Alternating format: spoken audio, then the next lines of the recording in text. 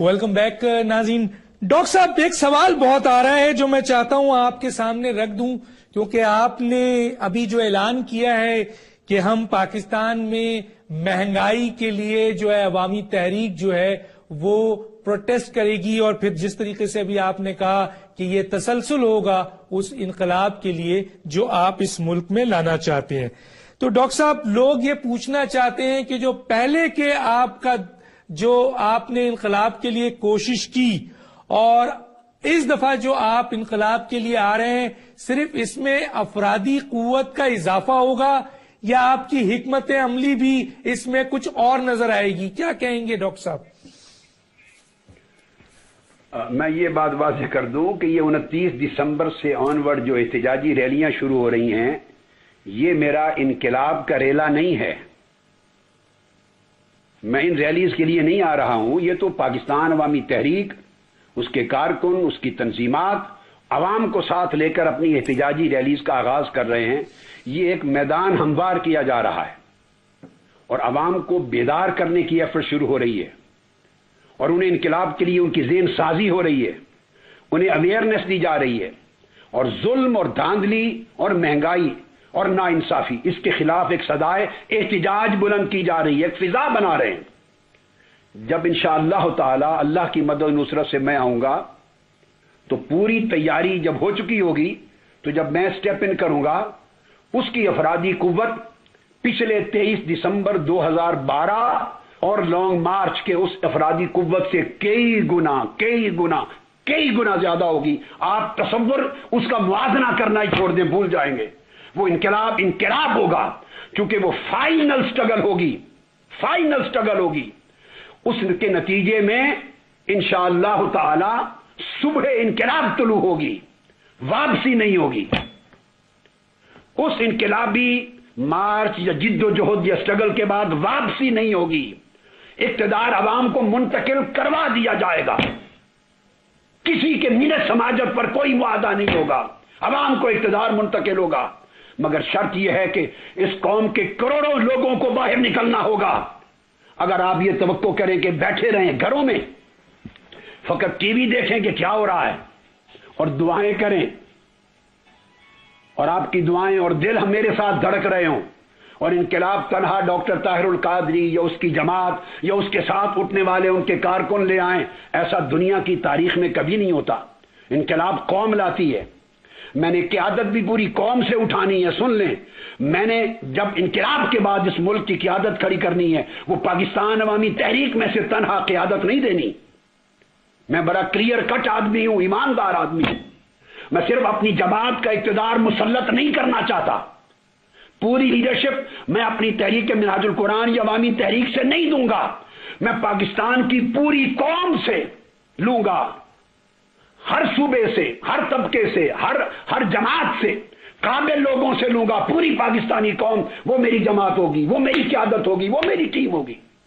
جب اقتدار پوری قوم کی منتخب قیادت کو دینا ہے، صرف اپنی جماعت کو نہیں.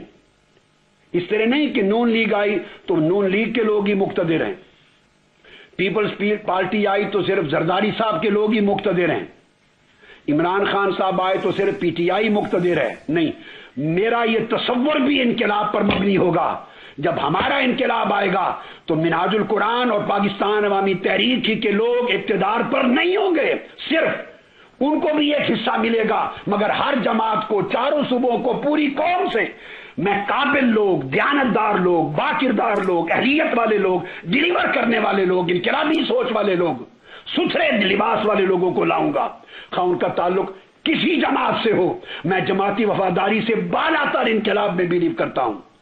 لہذا اس انقلاب کی جد و جہد میں بھی پوری قوم کو شریک ہونا ہوگا. ڈاکٹر صاحب ایک بہت امپورٹنٹ بات، فقط دعائیں دیکھنے اور ٹی وی اسکرین دیکھنے سے انقلاب نہیں آتے، نکلنا ہوگا باہر. ڈاکٹر صاحب ایک بہت امپورٹنٹ ایک خاص بات عرض کر دوں. ڈاکٹر صاحب ایک بہت امپورٹنٹ بات، ایک بڑا امپورٹنٹ نقطہ میرے ذہن میں آیا ہے. جی بتائیں. ممکن ہے آپ کے ذہن میں جو بات ہے وہ اس سے بھی امپورٹنٹ ہو، مگر آپ اجازت دیں تو میں وہ پہلے یہ آپ بتا دیں ڈاکٹر صاحب. جی ہاں، میں یہ کہنا چاہتا ہوں کہ قوم کو متوجہ کرنا چاہتا ہوں کہ سوچیں دو واقعے میں چاہوں گا آپ سے اجازت کے کوٹ کر دوں کہ آپ اس حکومت سے کیسے عدل و انصاف کی توقع کرتے ہیں، کس طرح کی شفافیت کی توقع کرتے ہیں، کس طرح کی اکاؤنٹیبلٹی اور گڈ گورننس کی توقع کرتے ہیں کہ جنہیں اپنی لاہور کی، پنجاب کی کانسٹیچوئنسی پر الیکشن پٹیشن کی سماعت کا ڈر ہوا ہے اور تھم امپریشنز کا میٹر آیا ہے، چونکہ نادرا نے پہلی دو کانسٹیچوئنسیز میں ثابت کر دیا کہ انگوٹھے جعلی تھے، آئی ڈی کارڈ شناخت کے قابل نہیں تھے، لہذا ان دو کانسٹیچوئنسی کے انتخاب درست نہیں، غیر قانونی اور جعلی ہیں۔ اب آیا پنجاب کا معاملہ جہاں سے یہ جیت کر آئے ہیں، تو اب ادھر پہنچے ہیں تو رات کے 2 بجے جو حکومت رات کے 2 بجے دفتر کھول کر چوروں اور ڈاکوؤں کی طرح نادرا کے چیئرمین کو برطرف کر دیتی ہے جو حکومت، کبھی دنیا میں ایسا، یہ چوروں کا کام ہے رات کے اندھیرے میں آپریٹ کرنا۔ آپ کو آفس آفٹر 8-10 آور شام کو بند ہو جاتے ہیں، شام کو بند ہو جاتے ہیں، جو کام بھی کرنا ہے دن کے اجالے میں کریں، رات کے اندھیرے میں صرف ڈاکو اور چور اپنا کام کرتے ہیں۔ رات کے 2 بجے نادرا کے چیئرمین کو آپ برطرف کر دیتے ہیں اور دھوکہ دہی سے لاہور بلا کے آپ بریفنگ کرتے ہیں اور پیچھے اس کی زوجہ اہلیہ کو اٹھا کر ڈسمسل کا لیٹر دیتے ہیں، ساتھ چیک دیتے ہیں۔ اب یہ ایک چھوٹا سا واقعہ، دیگ میں سے ایک چاول چکھا رہا ہوں، لارج سکیل پر اس قوم کی، اس حکومت کی ذہنیت اور ان لیڈروں کی نیت، ان کی قابلیت، ان کے عزائم، ان کی بدنیتی کو سمجھنے کے لیے مور دین انف ہے، کافی ہے کہ جو ایک شخص کو گوارا نہیں کرتے، جس نے صرف انکوائری کرنی ہے کہ الیکشن میں ووٹ ڈالتے ہوئے آئی ڈی کارڈ اور تھم امپریشن صحیح تھے یا غلط، وہ دیانتدار شخص گوارا نہیں ہے، اٹھا کے پھینک دیا ہے، سارے قانون، اخلاق اور سارے ضابطے پامال کر دیے ہیں۔ ان سے آپ اس ملک میں بڑے پیمانے پر عدل اور انصاف اور شفافیت کی کیا توقع کرتے ہیں؟ الیکشن ٹریبیونل میں جب کیس چلا جائے، حکومت بھلے اقتدار میں ہو مگر وہ پارٹی ہو جاتی ہے۔ اس کا کوئی رائٹ اخلاقی طور پہ نہیں تھا کہ جب انکوائری ہو رہی ہے پارلیمنٹ کے اندر الیکٹ ہو کے آنے والے لوگوں کی بعض کانسٹیچوئنسیز کی اور نادرا انوالو ہے پروسیس میں، تو یہ ایز اے پارٹی رائٹ نہیں ہے کہ اس پورے پروسیس کے فائنل نتائج آ جانے تک ایکشن لیتے۔ اور ایک دوسری چیز جو ضمن میں جس کے لیے میں نے ٹائم مانگا، قوم سوچے۔ میں ایک بات کہہ رہا ہوں، لوگ اور نہیں بتائیں گے، باتیں کریں گے مگر اصل کرنے کی بات نہیں کریں گے۔ وہ یہ کہ 5 مہینے ہوئے اس حکومت کو اقتدار میں آئے، 5 مہینوں میں آپ کے صاحب 11 غیر ملکی دورے کر چکے ہیں۔ میں آپ کو 65 سال کا کھلا چیلنج دیتا ہوں، 65 سال کی تاریخ میں مجھے کوئی ایک حکومت بتا دیں، ایک حکومت سویلین یا ملٹری، جس نے پہلے 5 مہینوں میں 11 غیر ملکی دورے کیے ہوں۔ صرف 5 مہینے میں یہ 2 دورے 1 مہینے کے بنتے ہیں۔ کیوں خاموش ہیں؟ پہلا دورہ ڈاکٹر صاحب غور سے آپ کی وساطت اور ذریعہ ہے، قوم کو بتا رہا ہوں۔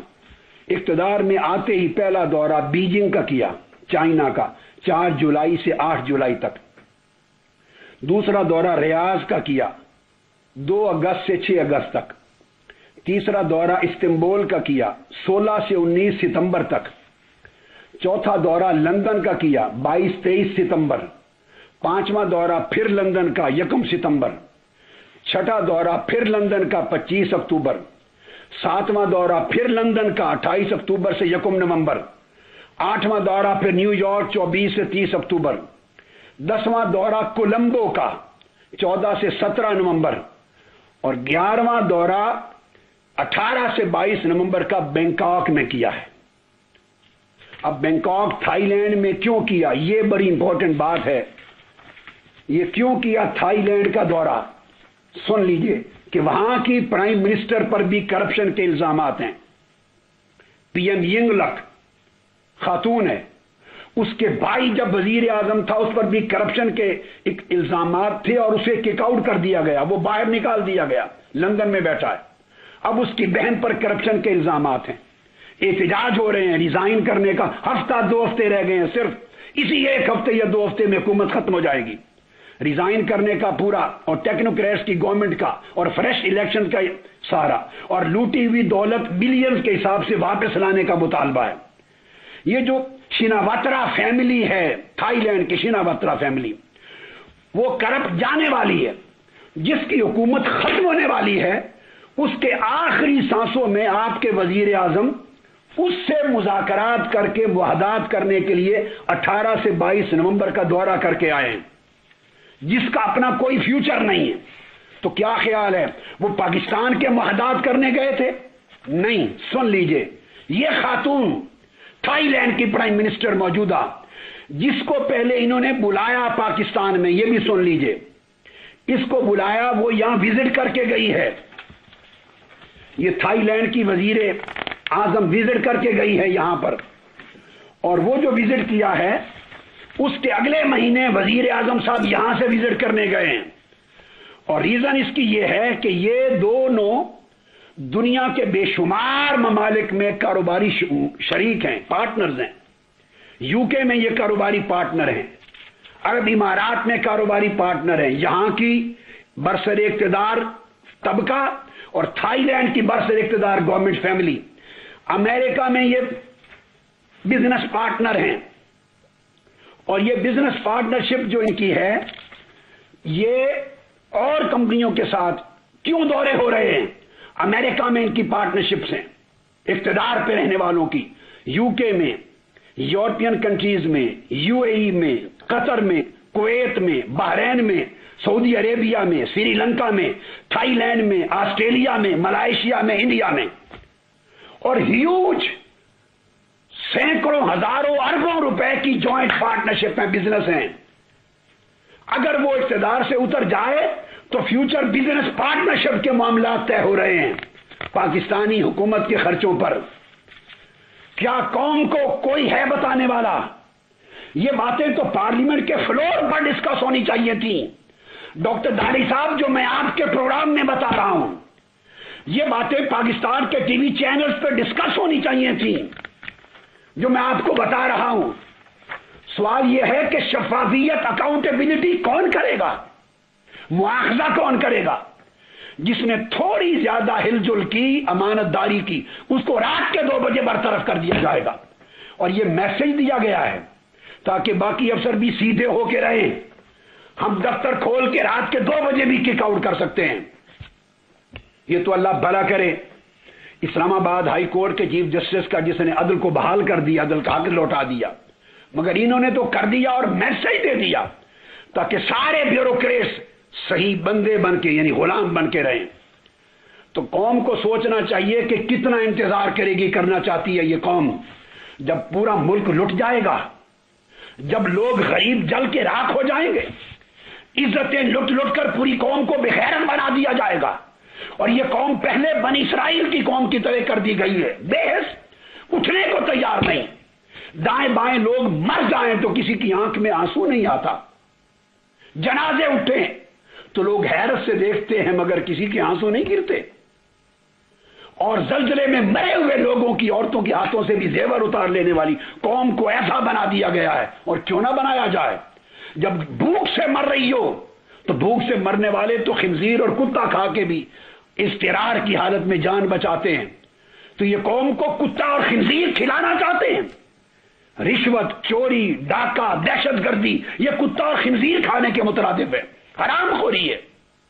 لہذا میں یہ کہوں گا، پولیس والوں، انقلاب کا دن آنے والا ہے، خدا کے لیے ورزیاں اتار دینا، ان پھولوں کو اتار کے پھینک دینا، اور انقلاب نساتی بن جانا، ملازموں اٹھ کھڑے ہونا، جوان بیٹوں اٹھ کھڑے ہونا، میری قوم کی بیٹی اٹھ کھڑے ہونا، ماؤں بہنوں، غریبوں، تاجروں، مزدوروں، کسانوں اٹھنا، اور اینکروں اور سیاسی بھائیوں اٹھنا۔ یہ ہمارا مشترکہ فریضہ ہے۔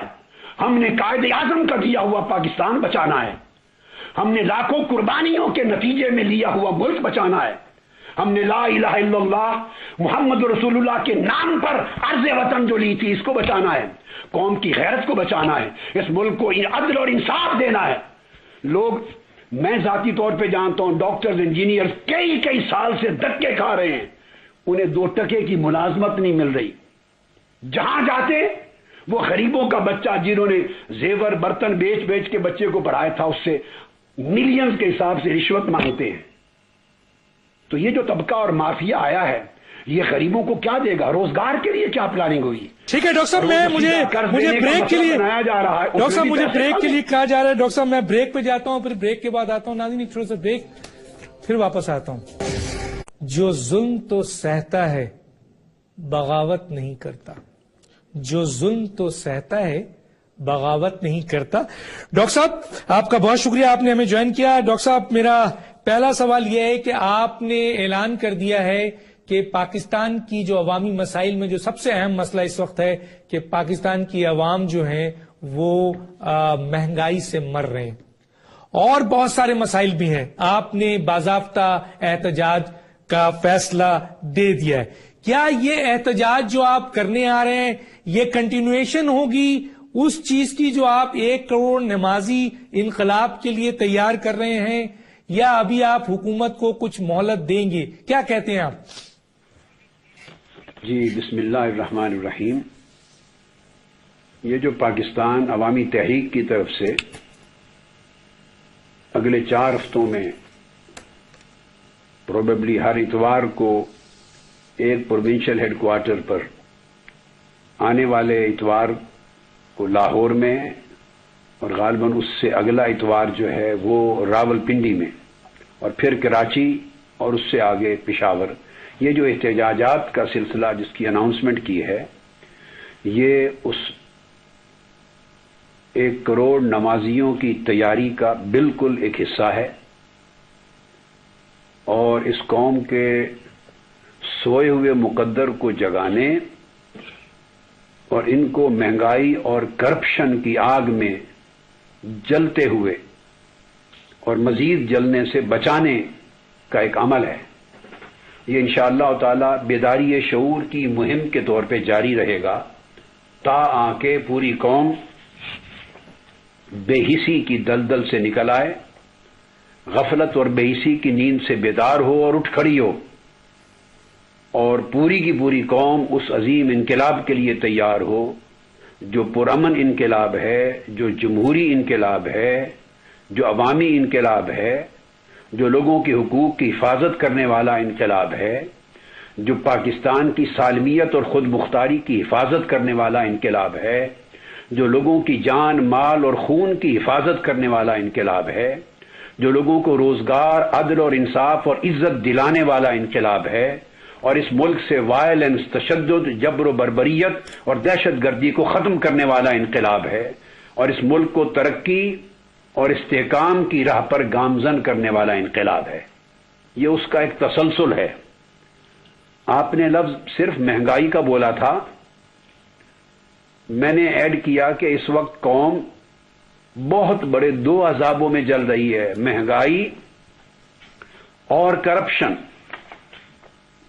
مہنگائی کی صورتحال تو یہ ہے کہ آپ زیادہ جانتے ہیں، اور ہر پاکستانی اس بات سے، اس حقیقت سے بخوبی آگاہ ہے کہ کامن مین، میری مراد 18 کروڑ عوام کی سے ہے، جس نے ہر روز کھانا کھانا ہے، ہنڈیا پکانی ہے، اس کو پاکستان کی 65 سالہ تاریخ میں، چلو بہت دور نہیں جاتے، آپ پچھلے 1 سال کی ہسٹری کو دیکھ لیں، جسٹ 1 ایئر، 6 ماہ پہلے کے ساتھ کمپیئر کر لیں، صرف 6 ماہ اس حکومت کے اور اس طبقے کے اقتدار میں آنے سے پہلے اور آج کو کمپیئر کر لیں کہ جس ملک میں لوگوں کو